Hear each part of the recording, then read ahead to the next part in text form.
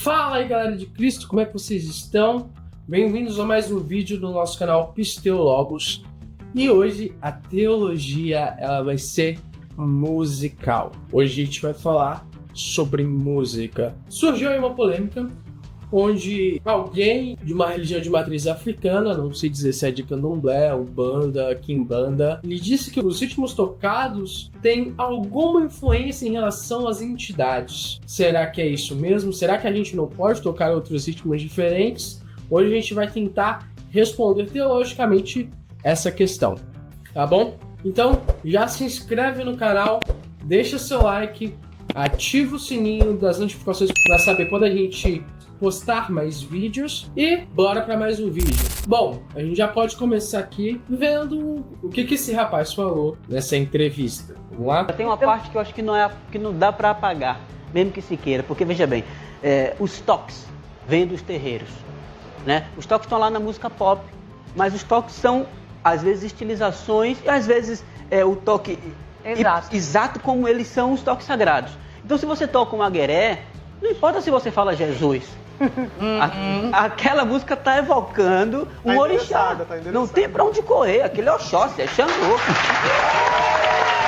Tá, então ele está dizendo que não pode, não é que não pode, mas é que não importa se você está oferecendo aquela música para Jesus naquele ritmo específico, mas que, na verdade, você ainda está fazendo isso para alguns dos orixás, para algumas das entidades. Então, não importa se a letra diz algo a respeito de Jesus, mas que o ritmo denota que ele está evocando alguma entidade. Outro vídeo que eu queria compartilhar com vocês aqui, que também fala sobre esse assunto, é o vídeo do Alexandre Aposan, onde ele foi até o Hub Podcast, o podcast do pessoal do Morada, e falou algo a respeito também sobre células rítmicas. Vamos ver isso aqui. E aí eu falei pra ele, mano, eu queria falar sobre ritmos, mano, sobre células e tal. Ele, pô, Sam, mas estamos aqui numa aldeia. Eu falei, mas só uma célula que eu queria saber. Mano, aí eu fiz essa célula. É quase um funk isso aí. É o funk. Uhum. Ele, pelo amor de Deus, para. Ele fala um português de Portugal lá. Para. Você, como que chama isso no Brasil? Eu falei, não, eu que pergunto pra você. Isso aqui é ruim? Ele falou, Aposan, nós estamos numa aldeia. Se você tocar isso daí durante algum tempo, aí veio tudo de encontro com o que eu aprendi, velho. Se você tocar isso daí durante algum tempo e ficar sincado, quando ele fala sincado, é tipo no grid a parada. Uhum. Você vai invocar o demônio do sexo. Tá brincando? Essas mulheres aqui vão ficar tudo louca. E vai vir tudo em cima de vocês que é casado. Tá brincando. Negão, e na África não é... Tá, primeiro ponto aqui, eles estão numa aldeia que já fazem esse tipo de coisa. Eles não estão em outro lugar. Eles não estão em uma igreja, eles não estão em um espaço de adoração a Deus. Eles estão em uma aldeia que pratica tais coisas, que fazem cultos a outros deuses, e aí o cara fala, para, porque senão pode acontecer isso aí. Mas a gente vai chegar lá, continuando.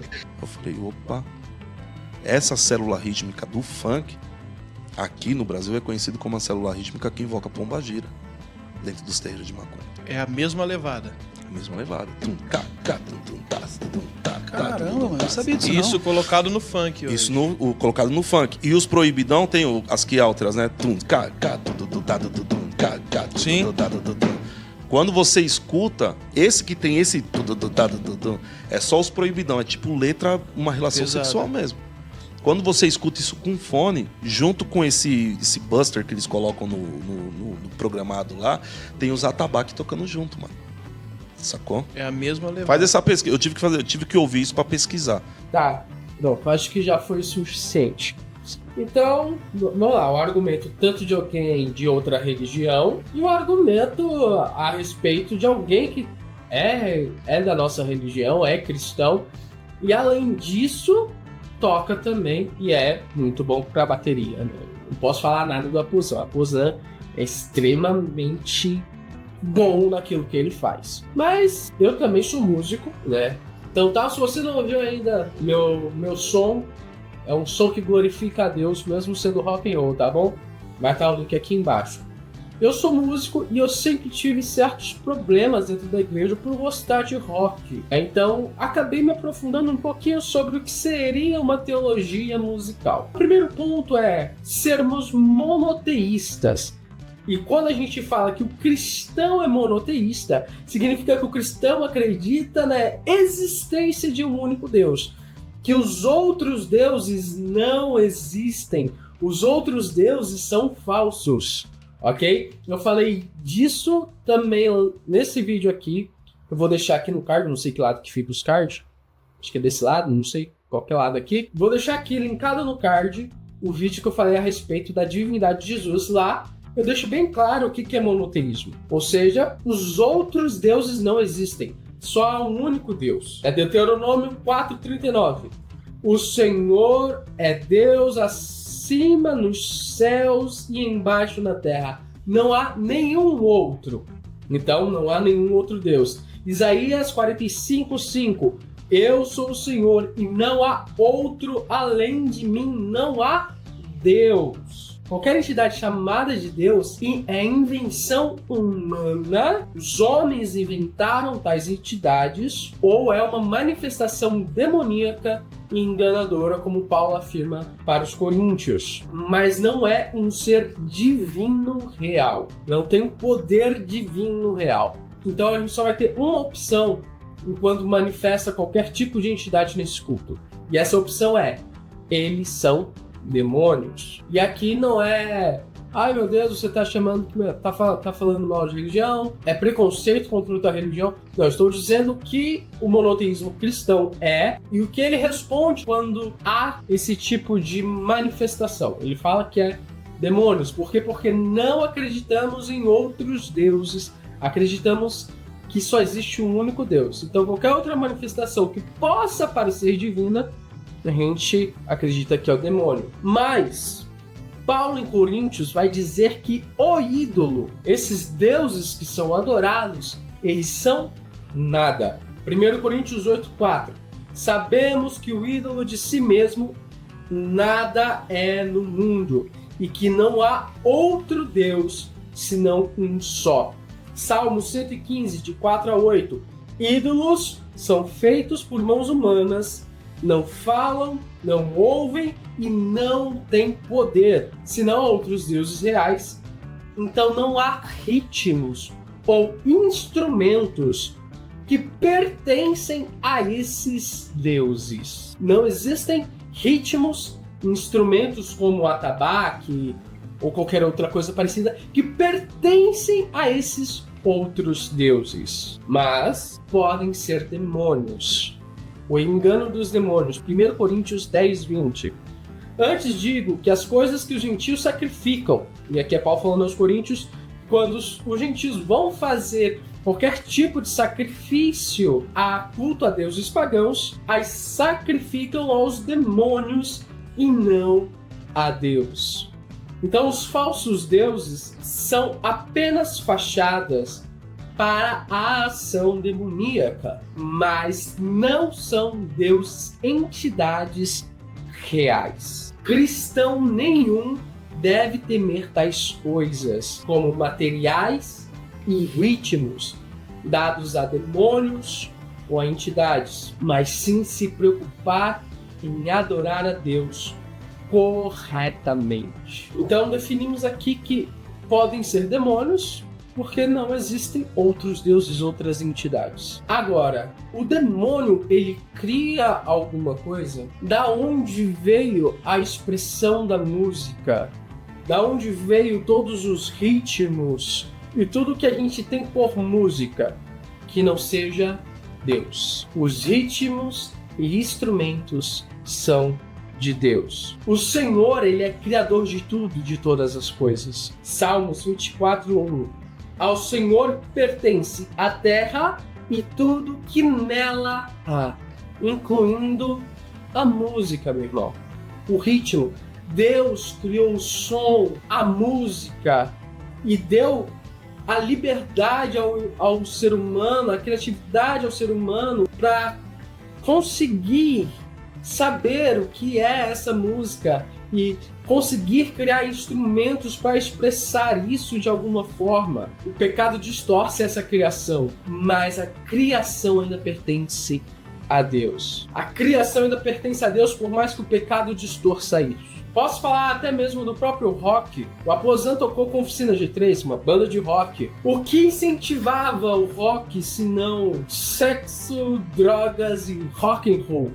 Era esse o lema. O lema inicial do rock era isso. Então você está me dizendo que eu toco rock, que o Aposan tocou rock, quer dizer que a gente está incentivando as pessoas de alguma maneira a ficarem extremamente nervosas, rebeldes, e dizer que agora eles vão fazer sexo e vão usar drogas só por conta do rock? Ou porque algum louco chamado Raul Seixas disse que o diabo era o pai do rock? Você vai acreditar que o diabo que criou o rock? Que a música, o louvor não pertence a Deus? Se qualquer coisa que é uma evocação de uma outra entidade ou um outro Deus falso fosse proibido, a Bíblia proibisse, então a gente não usaria, Deus não permitiria usar o ouro no tabernáculo, porque o povo pagão babilônico já fazia isso. Você não poderia estar usando uma aliança de ouro no dedo, porque você é casado.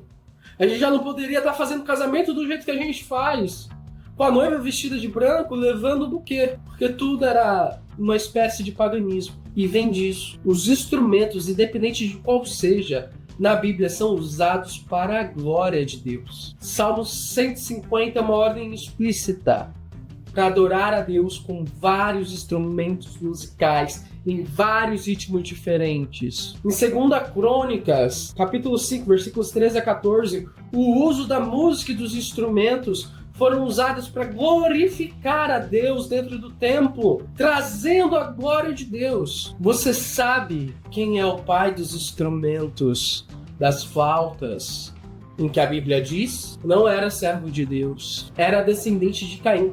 A descendência de Caim não era uma descendência que adorava a Deus.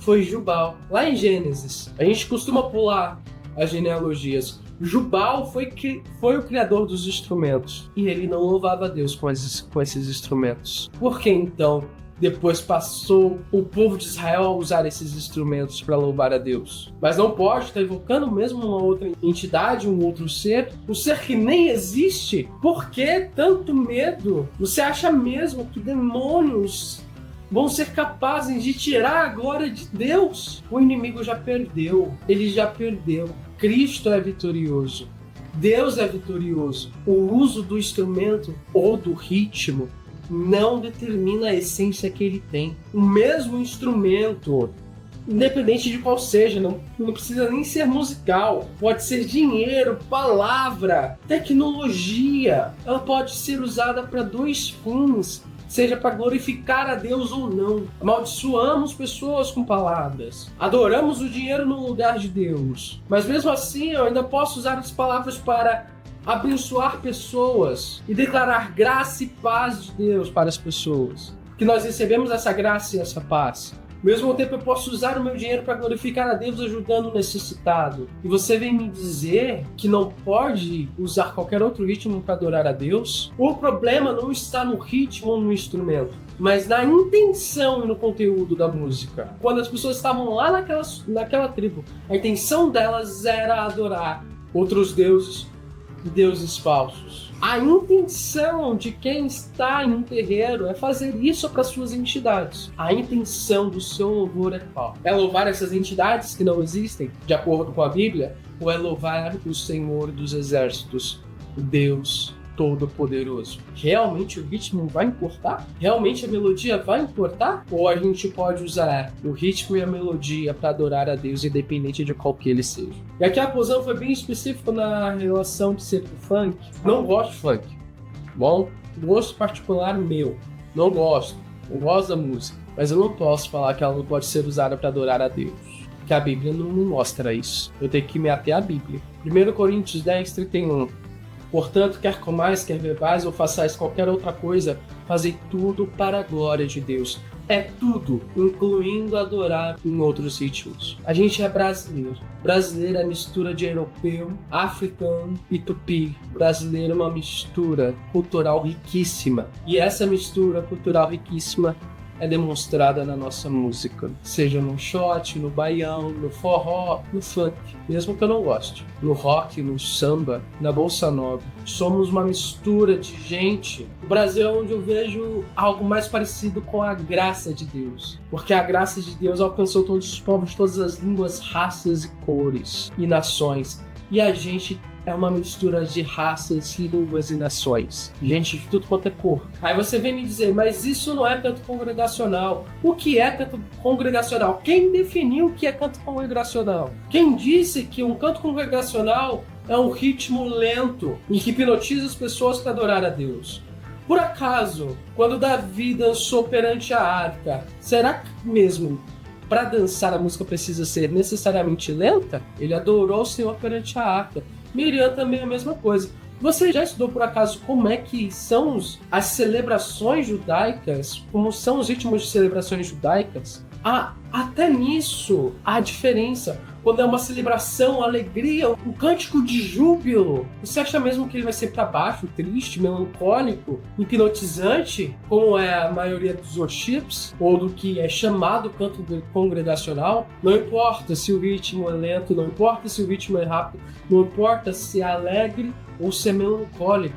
O canto congregacional está especificamente em glorificar a Deus, fazer com que a igreja glorifique a Deus, seja ela com cântico de júbilo, louvando, pulando, se alegrando com o Senhor, seja ela em prantos reconhecendo o seu pecado, em melancolia, uma música mais triste, mais lenta. O Criador de todas as coisas, o Deus que é o artista, ele realmente não receberia uma adoração genuína só porque usam o instrumento que ele deu capacidade do homem para criar em outra coisa que não seja glorificá-lo? Tem uma frase que eu gostei muito de ouvir no CD Coxa de Retalhos, na faixa prosa do pessoal do Coletivo Candeeiro. No momento, não me lembro se é o da Guia ou se é o Marco Teles que fala a respeito de alguém que falou que quando tentam criar cores ou formas para Deus, tentar encaixar Deus em um quadrado, em alguma coisa, cores, formas pro canto dentro da igreja, o anjo chora em algum lugar e o demônio sorri satisfeito, porque não permite a criatividade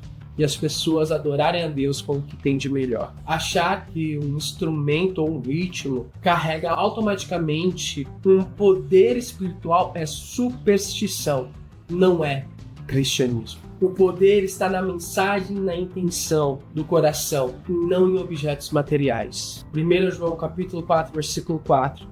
Maior é aquele que está em vós do que aquele que está no mundo. Paulo mesmo, em seu relacionamento com a cultura pagã, por exemplo, lá em Atos capítulo 17, versículos 22 e 23, Paulo usa um altar pagão para pregar o evangelho. A cultura pode ser redimida para glorificar a Deus. Se algo foi usado no paganismo para outros deuses que são falsos, não significa que não possa ser usado para glorificar a Deus e ser usado corretamente no cristianismo. Não é isso que Deus diz para Pedro? Não torne impuro aquilo que eu santifiquei, falando a respeito das comidas sacrificadas, porque Pedro era judeu e não comia certas coisas, e Deus está dizendo para ele, eu purifiquei os gentios. A gente tem que lutar por uma cultura redimida e não por uma extinção da cultura brasileira. Há um só Deus, o único e verdadeiro Deus. Os deuses pagãos não existem. Há apenas um Deus verdadeiro. A música,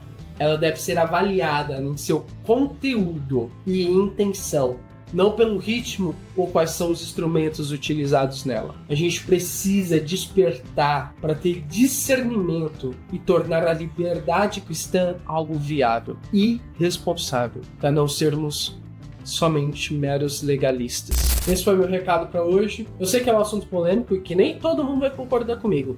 Então, vamos fazer o debate respeitoso nos comentários.